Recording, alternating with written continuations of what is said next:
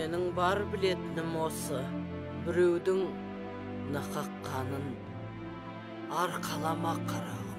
Бәрінде өлім жуық бетті ғой. Енді тым болмаса мәйіт алуға рұқсат ет. Мұсылманша арулап қояйық. Рұқсат. Марқұмның қатесін атқарып жіберіңдер. Сіз енді аға сұлтан емессіз.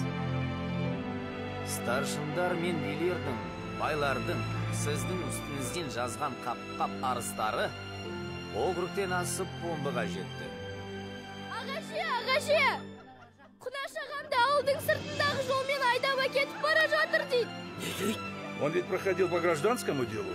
Так точно, ваше превосходительство. Кляузы и доносы родственников. Ну вот оформляйте его по гражданскому делу в Сибирь, матушку. Аллаға аманат.